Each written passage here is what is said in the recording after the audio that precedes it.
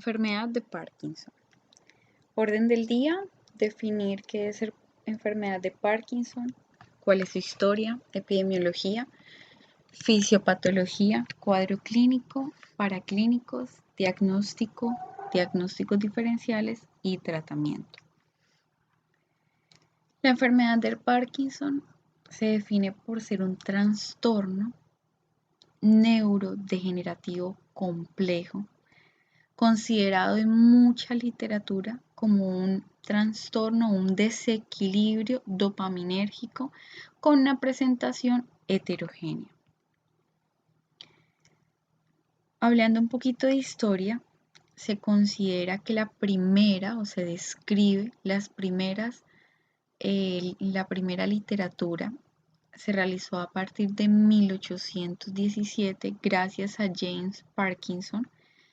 James Parkinson fue un médico clínico, sociólogo, botánico y geólogo, en el cual él, al realizar sus estudios a través de descripciones, empezó a capturar toda la esencia, la condición de sus pacientes. Él solamente lo que hacía era algo importante: inspeccionar, visualizar a todos esos pacientes que presentaban alguna clase de agitación, e hizo una monografía describiéndola como un ensayo sobre la parálisis agitante, donde poco a poco fue describiendo todas esas características clínicas cardinales que vamos a ver más adelante. Por ende, se le dio el nombre por la enfermedad de Parkinson gracias a todas esas observaciones que hizo el médico clínico James Parkinson. Respecto a la epidemiología, considerada la segunda enfermedad neurodegenerativa más común a nivel mundial, tiene una prevalencia de 1 al 2% de la población mundial sobre los 55 años. Si hablamos sobre Colombia, se considera que en Colombia aproximadamente hay una prevalencia de 470 por 100.000 habitantes, con una prevalencia mayor a partir de los 50 años. Relación hombre-mujer de 2 y hasta 1.3 es la relación.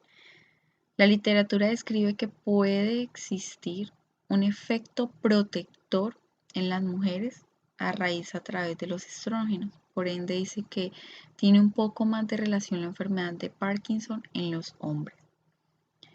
Esta relación, en el transcurso de los años y en los estudios, se dice que en promedio inicia a partir de los 60 años. Sin embargo, va aumentando poco a poco con el envejecimiento. Adicionalmente, tiene una asociación con factores genéticos, mutaciones genéticas que vamos a ver más adelante. Y ahí es donde va a ser el punto arsenal de tratamiento en muchas ocasiones. Importante sobre la fisiopatología, vamos a centrarnos en este corte a nivel cerebral, ya que es importante que la enfermedad de Parkinson, todo depende y todo está enfocado en una disfunción del sistema de los ganglios basales, ya que esa disfunción del sistema de los ganglios basales es debida a una depresión de dopamina. La dopamina es el principal modulador.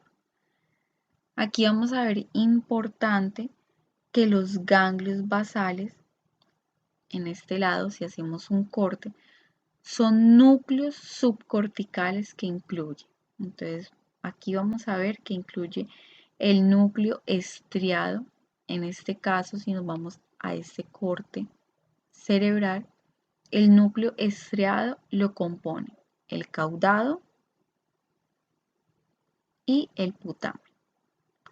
El núcleo subtalámico, que vamos a ver acá, el núcleo subtalámico, en este caso acá está el núcleo subtalámico, adicionalmente lo compone el globo pálido externo e interno. Entonces aquí podemos ver el globo pálido interno y el globo pálido externo.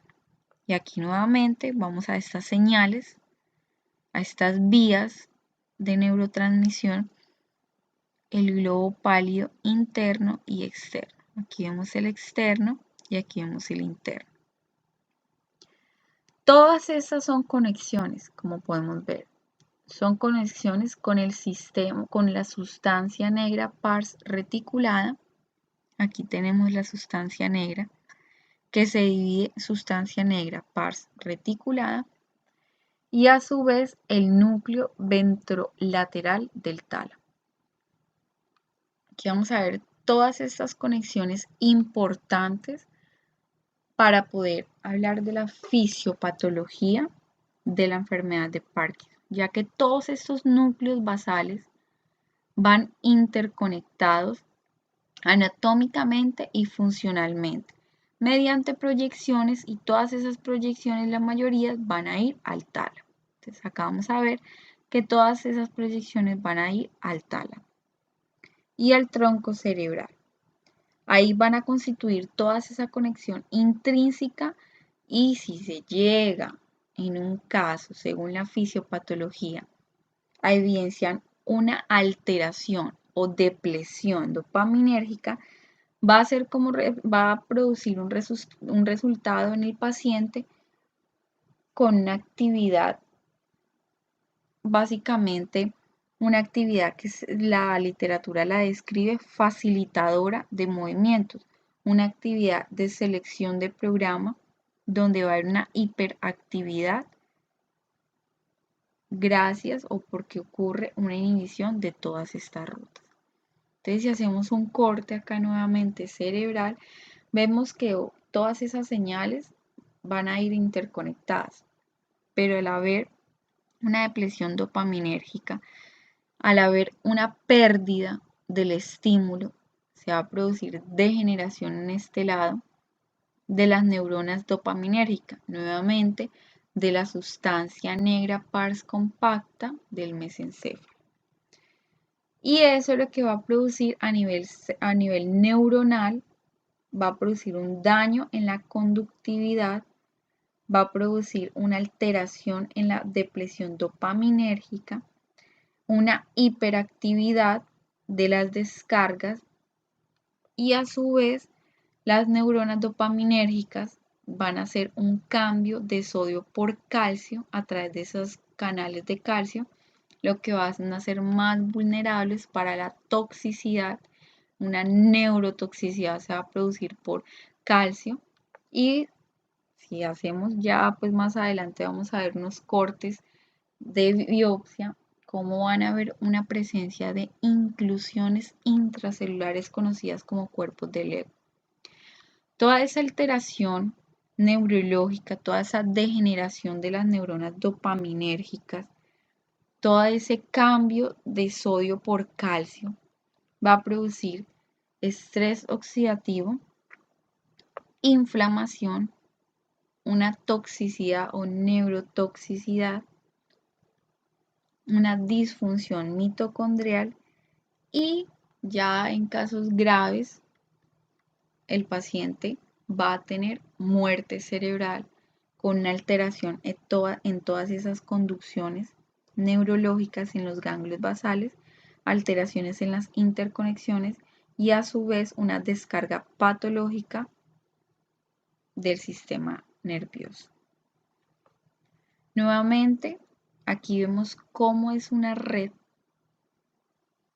donde todo interactúa y hay una interconexión. Alteración de los canales de sodio y calcio, donde se deposita más calcio, va a haber estrés oxidativo, va a haber aquí en este caso, me devuelvo, inclusiones de cuerpos intracelulares del Lewy, excitotoxicidad, disfunción mitocondrial, inflamación, y va a haber todo esto. Lo que va a producir es una interferencia, una degeneración, una neurodegeneración, y pues si no se detiene esta cascada, esta red, lo que va a producir es muerte celular, pero antes de la muerte celular va a haber todas esas incrustaciones de esos cuerpos de Lego.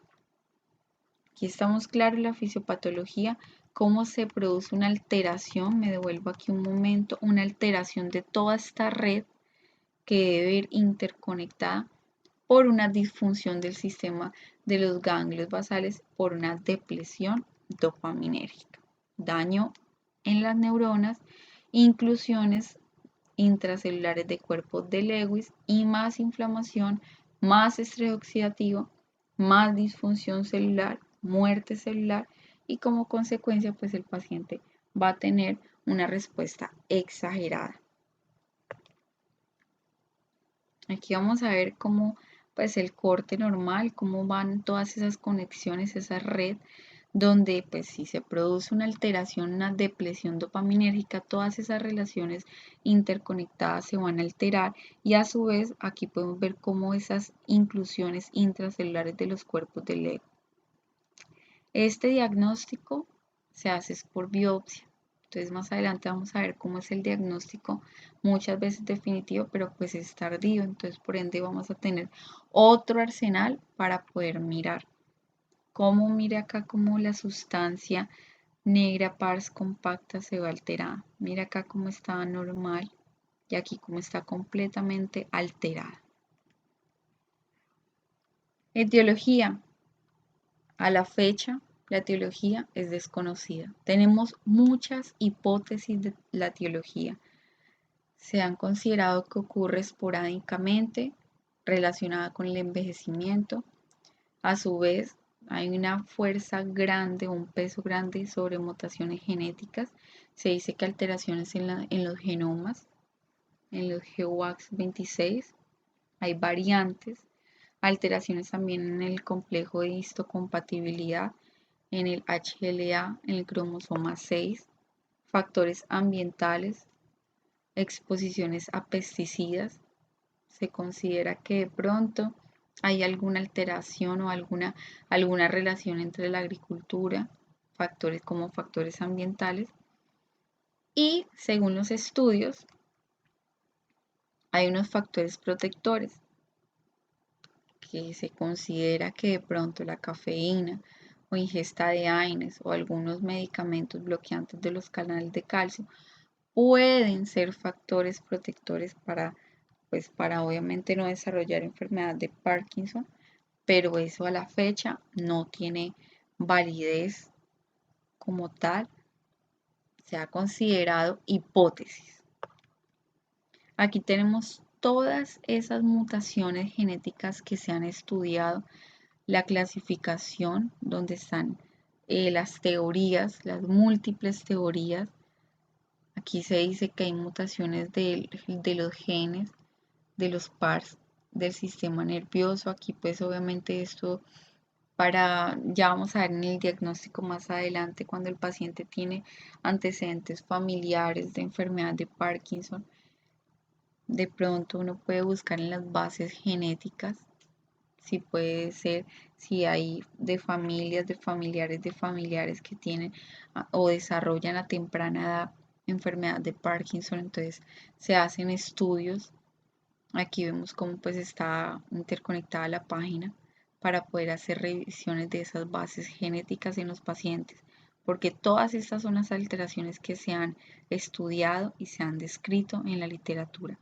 Todas estas bases genéticas, todas las PARs, ATP, los FBX, DNA, entonces son múltiples y son teorías también.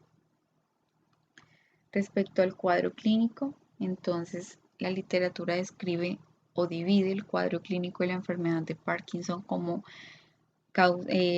características motoras y no motoras, lo que es el temblor en reposo, la rigidez, la bradicinesia, la disfunción de la marcha con inestabilidad postural son consideradas características cardinales. Características cardinales y síntomas motores están descritos el enlentecimiento, rigidez, temblor e inestabilidad. Síntomas no motores, son los cognitivos, psiquiátricos, sensoriales y autonómicos. Las actualizaciones, incluso nuestro libro de medicina interna de Harrison, divide también en otros tipos o otras características motoras, según la literatura, como la micrografía, unas facies enmascaradas. Los pacientes pueden presentar facies de hipomimia, parpadeo reducido, babeado también a veces, un babeo, una voz suave. Los pacientes pueden hacer hipofonías, disfagia y congelación. Ya en los síntomas no motoros está la anosmia, los trastornos sensoriales, alteración nuevamente a nivel del dolor, trastornos del estado de ánimo. Ellos tienen tendencia a la depresión, trastornos del sueño, disturbios autonómicos, pueden presentar cuadros de hipotensión ortostática, alteraciones a nivel gastrointestinal, disturbios, alteraciones a nivel geniturinario, disfunción sexual, deterioro cognitivo y demencia. Aquí están todos los síntomas cardinales, como vimos en la diapositiva anterior, los síntomas motores y los síntomas no motores. Importante, diagnósticos diferenciales, saber que no todo de pronto alteración y rigidez y el famoso pues cuentamonedas, que es algo patognomónico, sino también mirar cuáles son esos diagnósticos diferenciales que debo descartarle a mi paciente. Entonces acá tenemos pues enfermedad de Parkinson, pero pueden ser también cuadros esporádicos o genéticos y también pues la demencia por las inclusiones de los cuerpos de Lewy. Aquí podemos ver también cuadros atípicos de parkinsonismo, alteraciones a nivel de atrofia múltiple, podemos ver tipo cerebeloso, tipo Parkinson también, parálisis supranuclear progresiva, parkinsonismo, variante de Richardson, también un síndrome corticobasal y una demencia frontotemporal. Aquí podemos ver también otros diagnósticos diferenciales como parkinsonismo secundario, inducidos por drogas, tumor, infecciones vasculares, hidrocefalia de presión normal, trauma, insuficiencia hepática, por toxinas también, monóxido de carbono, magnesio, cianuro, hexano, metanol.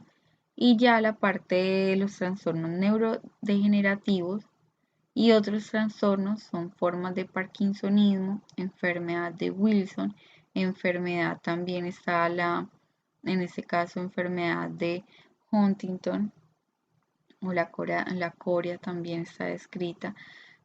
Aquí podemos ver, el puntero se me escapa, la neurodegeneración, pues la parte de alteraciones neurodegenerativas por depósitos de hierro, acumulación de hierro, ataxia espinocerebrosa, fragilidad aquí asociada al cromosoma X, que es ataxia, temblor y parkinsonismo, enfermedades de priones también, distonía, parkinsonismo, todo esto ligado al cromosoma X, enfermedad de Alzheimer, con parkinsonismo y distonía dopa también. Entonces, todas esas son diagnósticos diferenciales, por eso es ahí importante más adelante cómo vamos a hacer esa anamnesis en el paciente. El diagnóstico de mi paciente o cómo yo llego para el diagnóstico importante, todo parte de una sospecha clínica, de pensar que existe, de conocer esta patología y asimismo sospecharla en el paciente.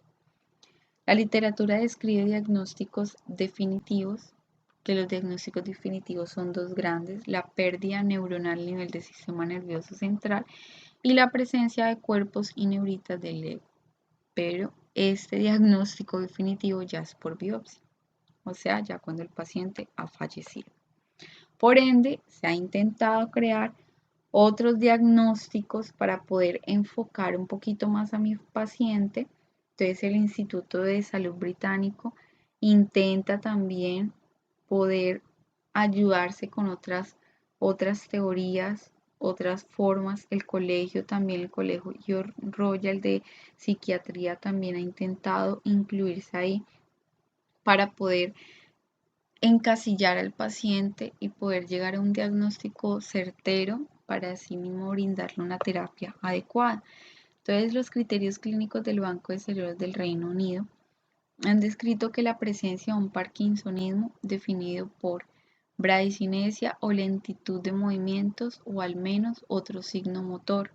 Entonces ya describimos todos esos signos motores que puede presentar el paciente: alteración en la marcha, rigidez, adicionalmente puede producir el babeo, la disfagia, la bradicinesia, la rigidez, la inestabilidad postural. Entonces es importante como presencia de un parkinsonismo, bradicinesia o lentitud y al menos otro signo motor. Entonces recuerden, la inestabilidad o la rigidez, todos esos pueden ser otros signos que me van a sumar para el diagnóstico del paciente.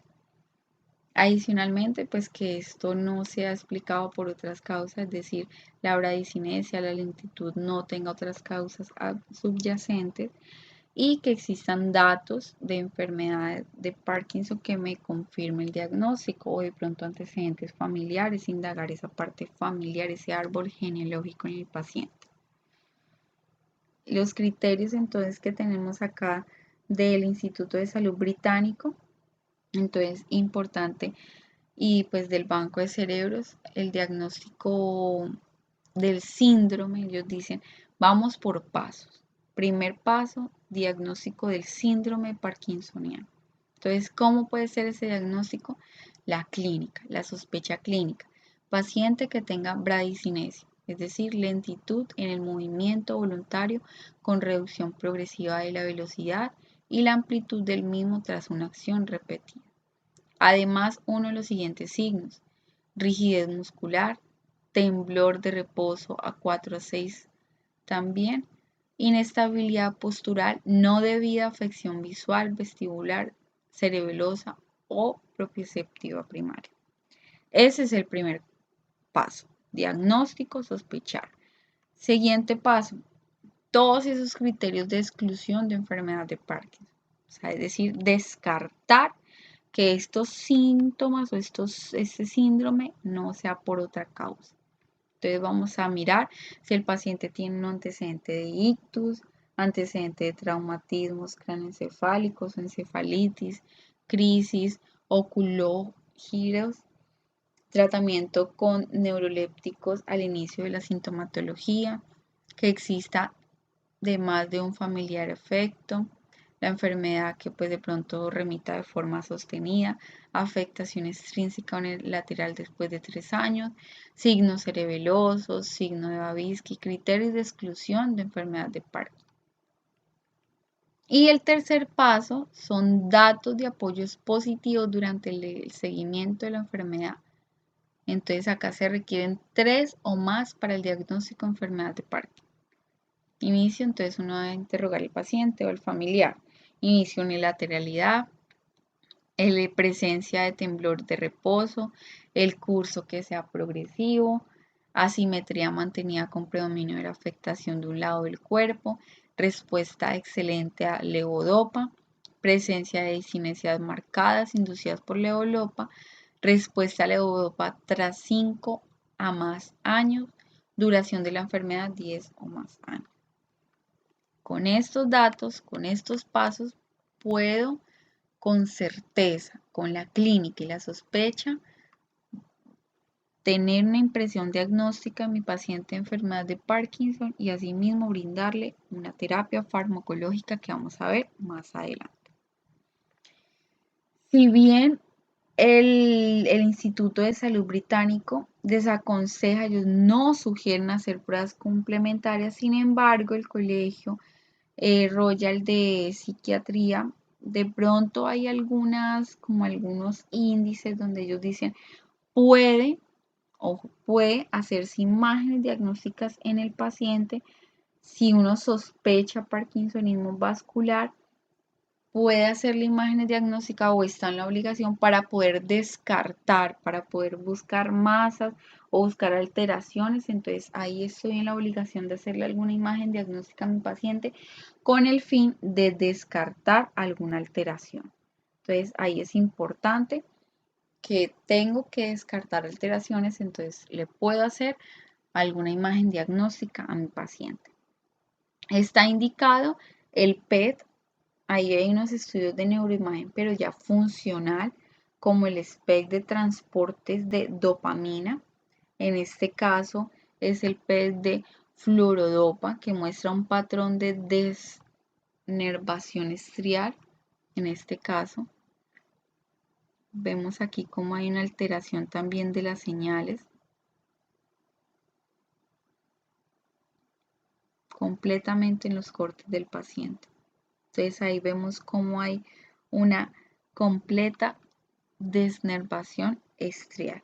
Entonces sí se podría sugerir, aunque pues no en todas las entidades de salud la hay, estos PET de fluorodopa, pero pues se puede sugerir y hacer en el paciente. Aquí vemos cómo hay un déficit de captación a nivel posterior, a nivel del putamen, vemos cómo hay una alteración en todos esos ganglios basales.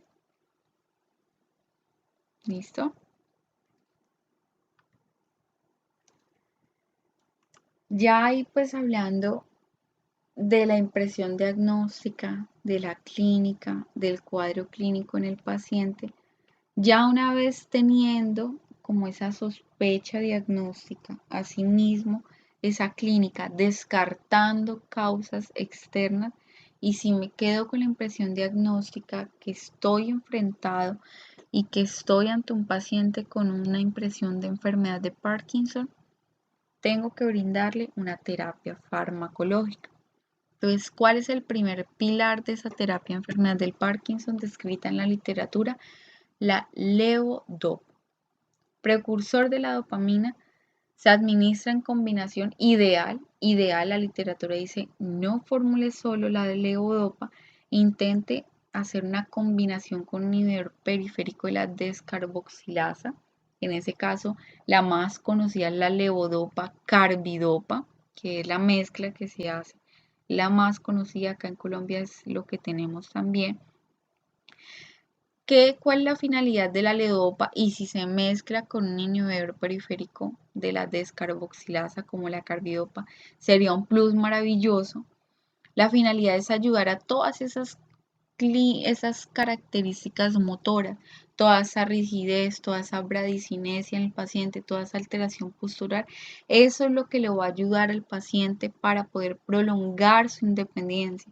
Recordemos que el paciente con enfermedad de Parkinson no es un paciente que tiene mucha afectación motora, es un paciente que tiene rigidez, un paciente que tiene que estar ayudado para la bipedestación. Entonces, al tener un impacto en todas esas características motoras en el paciente, voy a prolongar la independencia, mejorar la calidad de vida de ese paciente y aumentar a su vez pues la esperanza de vida. Recordemos que esta patología no solamente se va a presentar a partir de los 60 años, también hay casos descritos en pacientes jóvenes. Complicaciones o efectos secundarios de la levodopa, náuseas, vómitos, hipotensión ortostática que pueden ser secundarios, se pueden manejar disminuyendo la dosis, pero una complicación pues sí motora inducida son las fluctuaciones. El paciente, es decir, en un momento puede estar encendido, en un estado on, encendido, rígido, pronto, y de pasar a un estado off, a un estado completamente como no de catatonía, sino como de más enlentecimiento, más fluctuación en el estado de ánimo. Se puede también manejar disminuyendo la dosis o suspendiendo pues el medicamento. Segundo arsenal que tenemos son los agonistas de la dopamina. Los agonistas de la dopamina actúan directamente en los receptores de dopamina, no requiere metabolito activo. Ejemplos de los receptores de la dopamina están el pramipexol y el ropinirol vía oral y también en los parches transdérmicos como la rotigotina. No tiene una eficacia obviamente comparado con la levodopa, pero pueden manejar también o pueden ahí tener impacto en los síntomas motores del paciente.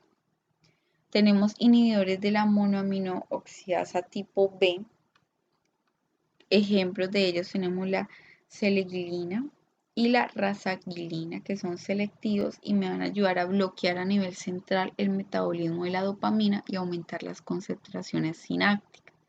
Entonces también puede ser un complemento de la levodopa para disminuir esos síntomas en el paciente, esos síntomas motores en el paciente. Pero recordemos, el pilar del manejo acá es la levodopa.